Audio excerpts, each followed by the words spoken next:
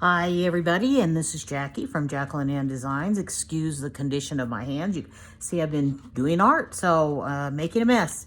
Now today we're going to be doing some work on some of our collage sheets, getting them ready for some things we're going to do.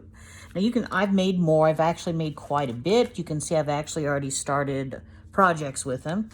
But I wanted to kind of show you one of the things that I'm going to be doing. Now, I like to put gesso. White gesso is sort of like a textural and color element on some of mine. What gesso is artists use it to prepare their canvas, that type of thing. Now, there's many brands of just gesso. This is from the Crafters Workshop. You're going to be able to find white gesso up at Michael's, Hobby Lobbies, different art and paint shops of various different brands. This is just the one that I happen to have right now. And the texture of it, as you can see, it's pretty thick. Artists like to use it to prep their painting surface, to get it ready for the paint. And there's even a clear one. I think they have it in glossy. I like to use the matte. And the clear one is great if you think you're going to be using a medium where you don't want any bleed through your paper. Paints, inks, different things like that will bleed through a lot of different papers. So you can use the clear matte one and kind of prepare your paper that way so it doesn't bleed through. Now what we're going to be using this, and there's also a black one that can be used in a similar way. It can be a textural component. White gesso is used by junk journalers quite a bit to help tone down ultra bright colors. And what we're going to be using it for is a textural medium. Okay, now you can make things look like really old wallpaper that's been out in a barn for a while and make it look really grungy. Now, I know this looks gross to most people, but I actually have a plan, and I needed it to look like this, okay? And this is just where it's absently applied, very haphazardly. Actually, almost got way too much of it over here, but yet it's still gonna work out with my design plan. It's actually gonna look pretty good. So I'm gonna put that one aside. And now this one, we are going to use a stencil. Now, I actually have quite a few different stencils. I wanted to use a Christmas themed stencil. This one is from Dilutions, and I like the name of the artist that does Dilutions. Her name is Diane. It's something that doesn't have it here, but anyway, and this is her brand. So I'm just going to start in. And I'm going to put this down. I'm not going to tape it down. I have a stiff stenciling brush. Now, there are certain things, like that other one that you saw before, I used a palette knife to apply that. This one, because there's a particular, I'm going to do the old-fashioned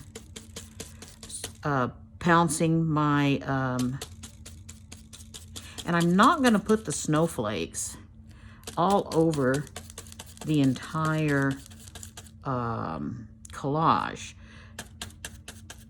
I'm just going to kind of put them on there kind of spotty. But this corner, I thought it might be kind of cool to have it on this old looking music paper kind of all over the place. So let's pick it up and let's see what it looks like. Yeah, see, you kind of end up with a grungy looking snowflake there. And that's the look I'm going for. I think I want to apply. Let's go down in here. Let's put some more in. Let's see. Let's go right in here. It's giving them polka dots.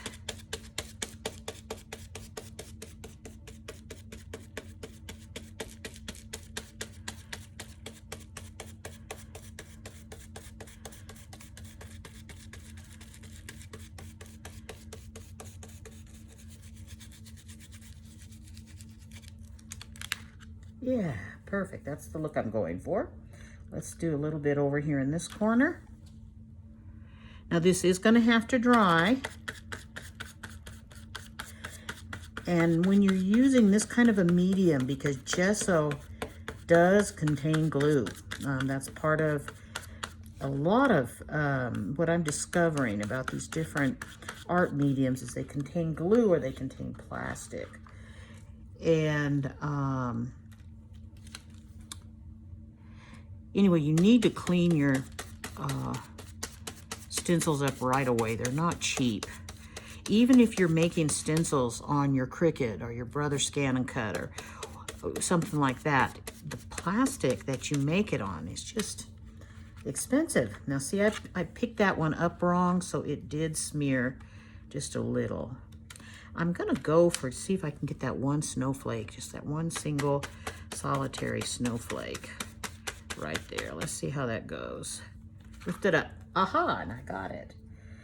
And then, do I want to do any more? Wouldn't mind having that one right there, though it's like a border. Let's see.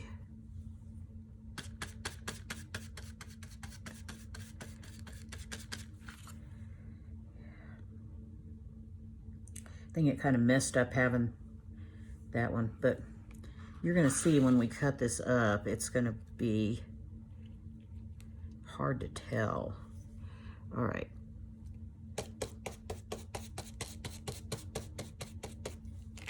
All right. Do I want to add anything right down in here?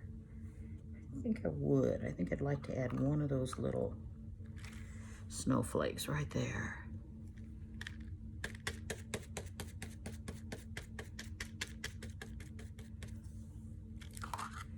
All right, that actually turned out pretty much the way I wanted it. This corner up here I'm not really happy with. But you know what? We're gonna have to do a design element when we make it that makes it into what we want. Now the other thing we are going to do is we are gonna do just a little bit of decoupage. All right, let me put this over here to dry. This one's already pretty much dry and ready. Now we're gonna do different, I'm gonna put this this away. You're gonna see, I love the Glad Press and Seal for putting over these mediums. It's just really works so much better than Saran wrap, and your lids don't get glued down. Now Mod Podge is not my favorite type of matte medium, and that's basically what it is. It's a type of glue, matte medium, and it's just not really my favorite, but nonetheless, it's the one that I have and I need to use it up. Now, a lot of people do water it down. I don't know if I need to do that or not, but now one of the things that I want to do, now you can use water, a paintbrush that you dip in water to tear this down, but this tree is pretty easy to tear down. So I'm just gonna kind of tear it and give it that feathered edge. You don't have to do this. You can absolutely cover your entire, I want it to go that way, I think, your entire card. Now what this is, if you look at it, it's one of the other collage pieces that we did, and I cut it up. And I'm gonna demonstrate that to you here in a moment. I wanna let that other one dry just a little bit. But I cut it up into different shapes and sizes for projects, okay? So,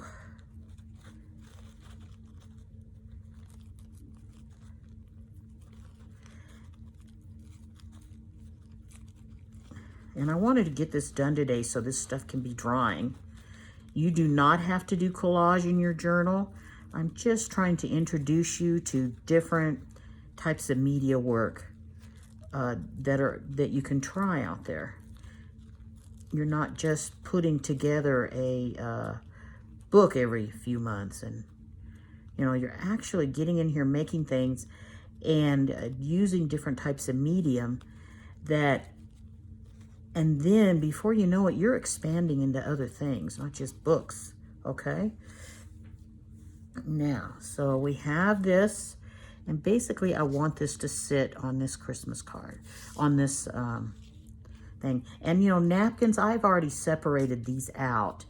but they come in different layers, different plies. So you, like this one, if you include the ply with the picture, was 3 plies. So you have to separate them all out. This was one of the plies. Separate them all out so you only have the thinnest, see the thinnest, and the only the layer with the actual picture on it. All right, now, so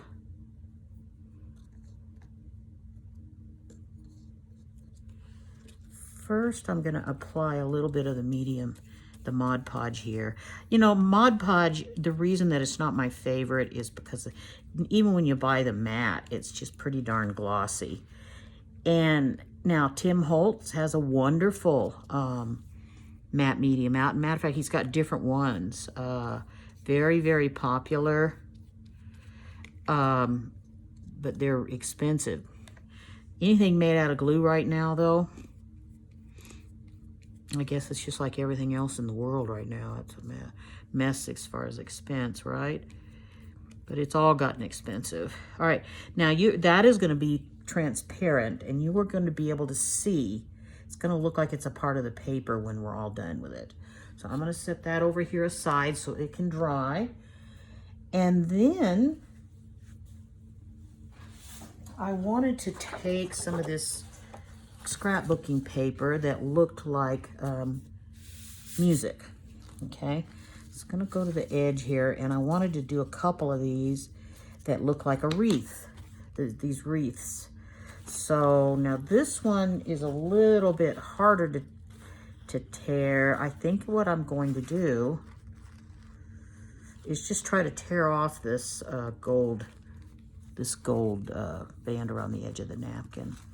Now, like I said, I could get a paintbrush and just pull it off with the paintbrush, but what you do is you get a little bit of cup of water and a paintbrush, and you just kind of start getting it wet and pulling it apart. But I think this will work out fine for what my plans are. So I'm going around the wreath.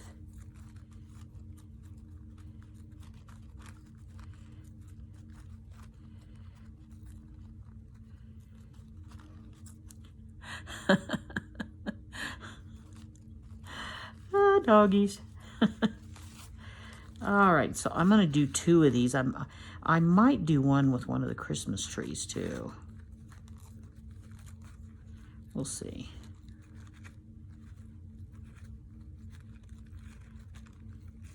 I just think it'll look really cool with the music behind it.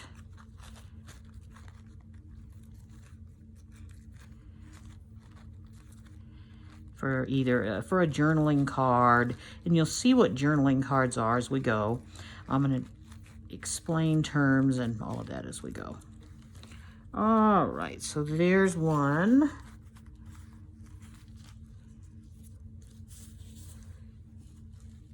I'm actually kind of going to do 2 of these wreaths. Let's see.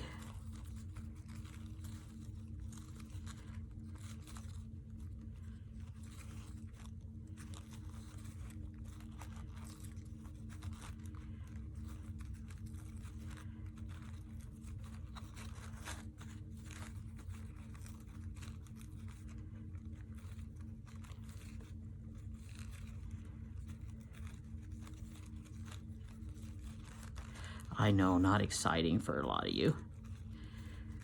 But if you're a person that's never done any napkin decoupage, you know, it wouldn't be fair just to say, do this, do that, and that's done. So this is, now there are different ways and different applications for napkin decoupage. Some of them you want to try one of the applications where you end up with a smooth page.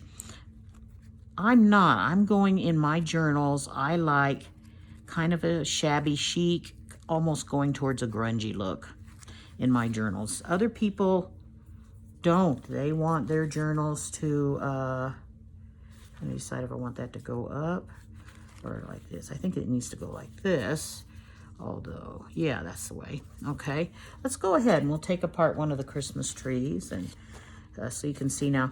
Have I got any of my tape over here? Yeah, let's get a piece of this washi tape. Tape is your friend when it comes to separating out layers on napkins. Just put it on and then yank it off. Okay, so that's the first layer. Just do it carefully.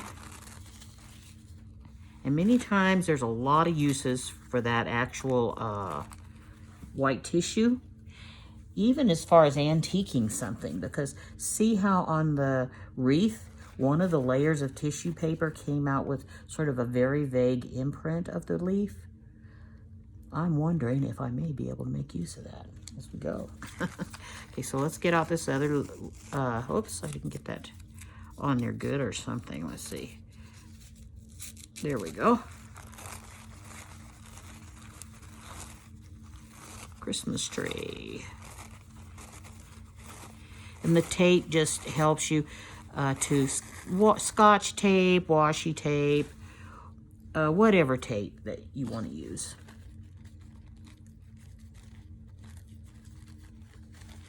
Now these are going to turn out wrinkled. That's part of the look I'm going for. At some point in the future, I'll show you some different techniques using water or even ironing things down with putting, matter of fact, maybe we'll apply this one with a glue stick, this tree, and you can kind of see how it will come out a little bit smoother doing it that way. We can do that, and then you can do a comparison because the other tree is going to be quite wrinkled. So, matter of fact, there's one edge of it that kind of looks like it's lifting up. So, all right, let me see. There we go. And by the way, I keep telling you I'm going to show you my favorite glue stick. I finally used up those other glue sticks. So it's called the Scotch Create Glue Stick. Permanent glue stick, multi-purpose, photo safe. Anyway, and remember I told you how they all of them, if you read the glue stick websites, it tells you to put multiple layers of the glue down. For instance, this one, apply at least 2 strokes, and it bonds items quickly. And I'm telling you, these glue sticks do bond these items quick. So that's what I'm going to do. I'm going to put one of these wreaths down using the Mod Podge, and then one of them down putting the glue stick, and then we're going to put the tree down with a glue stick. How's that sound? So we're just going to come up here.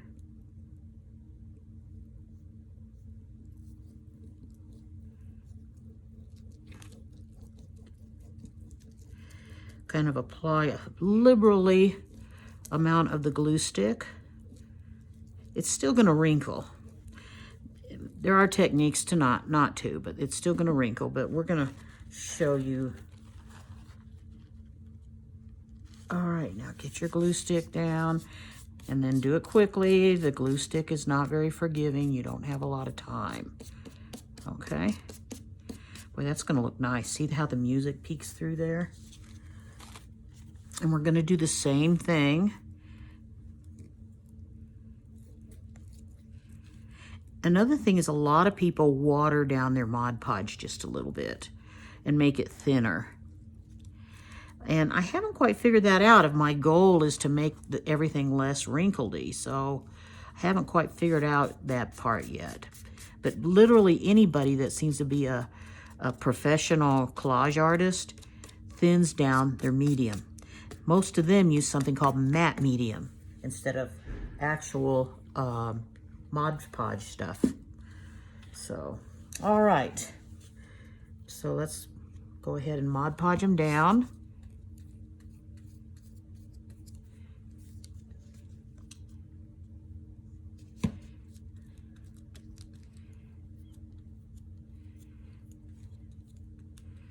All right. Now it's still going to wrinkle, but it will wrinkle less because this glue stick is holding it down. Yeah. For me, I don't think it's, with this thin napkin, I don't think it's enough that I kind of mess with it. And I've got so much Mod Podge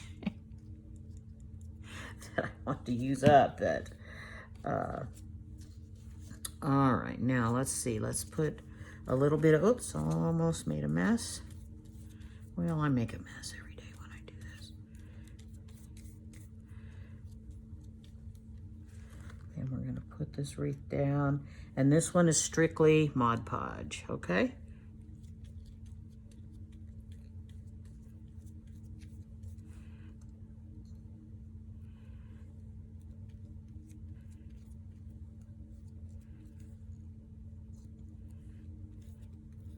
Now these are probably not going to be dry enough for us to even see today. But that's what I'm kind of working on today, is things that I need to let dry. All right. And you know, I do have some of the Tim Holtz Mod Podge that has a kind of a crazing effect where it, this really, really fine crackling effect. But it looks like it leaked during shipment, and I can't get the lid off of it. And I've had it past the 30 days. I can't really send it back.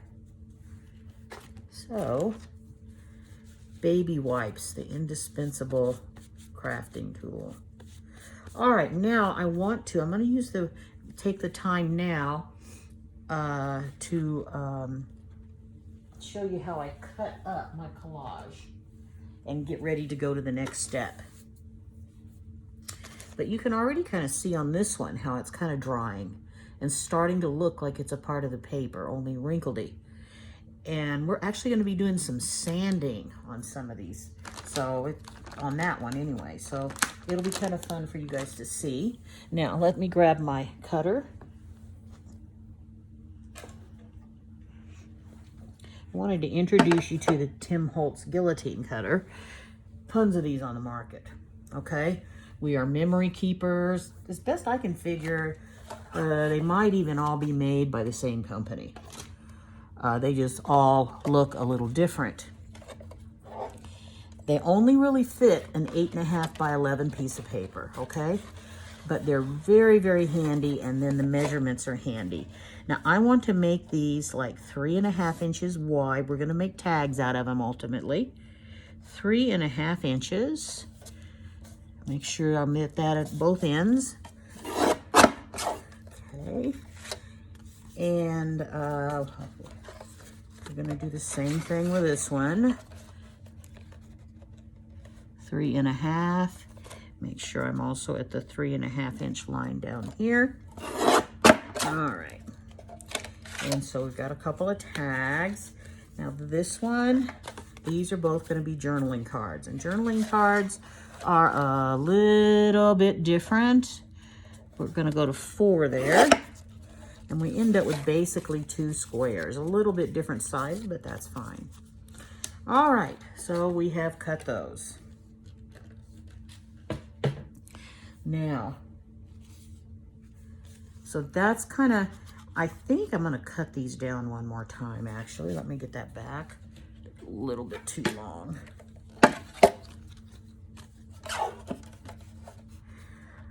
Which way do I want to go?